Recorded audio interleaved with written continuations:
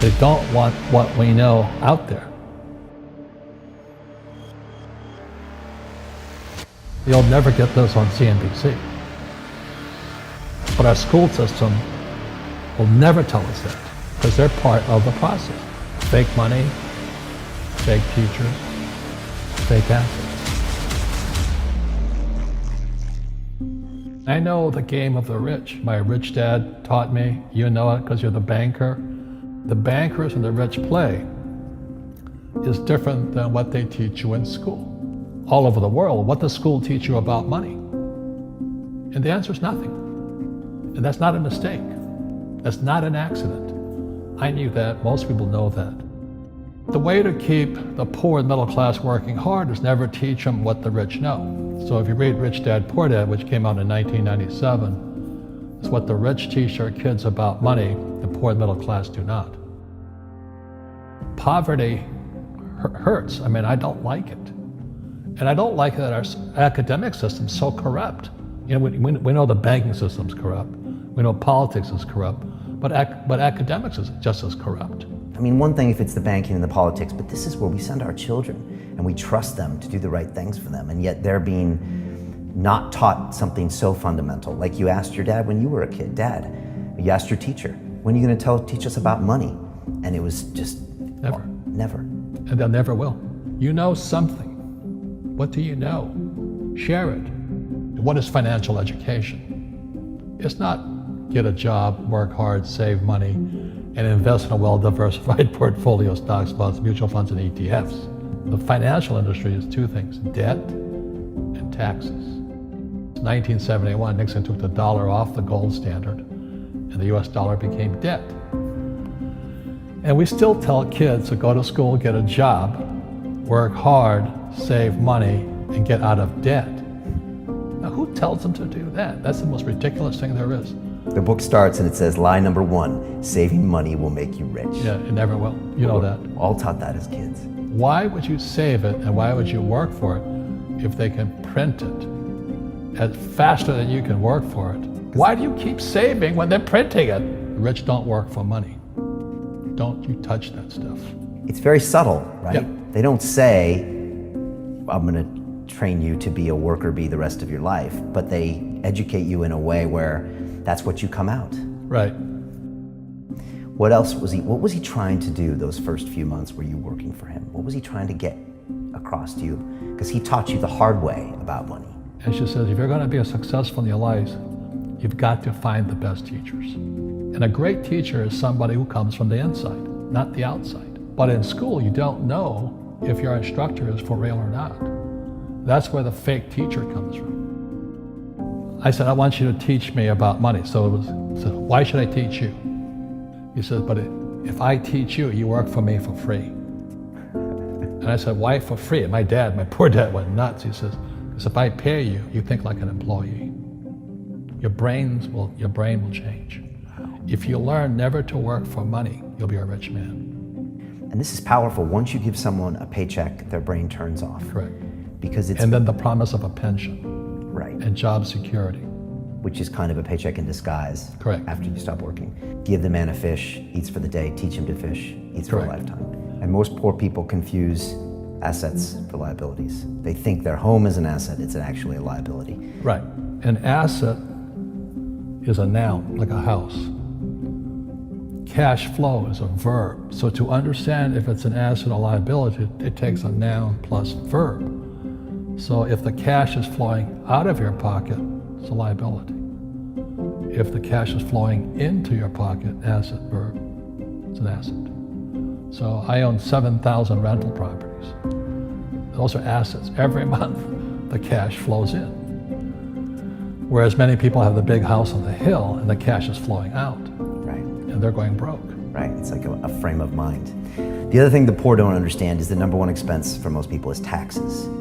And yet we don't even see it. Isn't that weird? You walk around and you look at the paycheck and say, that doesn't seem right, and you don't realize that the government's got a huge hand in your pocket and you are doing nothing to minimize that. Again, this is what's very different about the rich and the poor. The rich don't work for money. Its number one expense is tax. See, there's three kinds of income: earned, portfolio, passive. So earned income is if I get a job, that's earned income. If I'm a doctor or a programmer, that's earned income because I'm working for it. If I buy, let's say, Apple for $10 and I sell it for 20, that's portfolio income, capital gains. Yeah. But passive income, which is cash flow, is never taxed. And so these guys are screaming right now in America, tax the rich. I said, good luck. Because most of the guys complaining, they don't know there's three kinds of income. And the rich don't have jobs anyway. They have assets. And so the average schmo out there, poor guy, sent the kid to school. They don't learn this. You see, very few people will buy what I do, make $1 million and pay zero tax. And my rich dad taught me that playing Monopoly. That's how it started. 4 greenhouses, 1 red hotel. Or the McDonald's formula. I write about it here. McDonald's, Ray Kroc. Yeah. McDonald's is in the real estate business. So they sell hamburgers, but they buy real estate, so they pay no taxes. This guy Bezos, he's $16 billion. How much tax did they pay on that $16 billion? Zero. And that's all legal. Anyone can do it. Everybody can do it. But most people lack the education. So once you learn how to use debt as money, you can never say, I can't afford it. You see, because the banks will give you, so the banks, after the crash of 2008, the banks gave me $300 million tax-free. When I asked the average guy, I said, why don't you use debt? They can't even get a loan. Because their scores, their FICO scores, I don't know if you have them here, are so bad. The school teachers will never tell you that because they don't know it. My poor dad never knew that.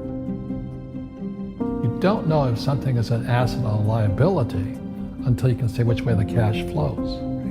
So a house, is it an asset or liability? Well, if it's taking money from your pocket, it's liability. If it's putting money in your pocket, it's an asset. The US government wants me to provide housing, wants me to provide jobs, wants me to borrow money because that's how money is created through debt.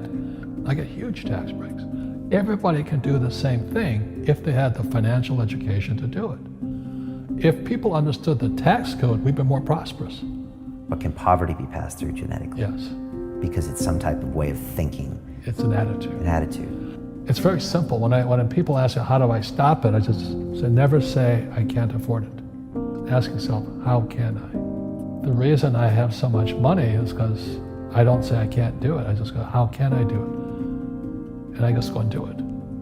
I make a lot of mistakes, but that's how I learn. How can I? The poor people, like my poor dad, always said, I can't afford it. Do you think I'm made of money? I'm a school teacher. I can't do that. And I picked that up. And my rich dad never said those words. So when I meet poor people, they use the words I can't a lot. So the people that say, I can't afford it, I can't do this, I can't get to college, the rich are evil, I choose not to participate in that. And that's one thing people could change today. Correct. Right now is that dialogue in their head. Stop saying the word can't. I can't. Right. So how can I? How can I? Especially as in, I can't afford it, how can I afford that? Right.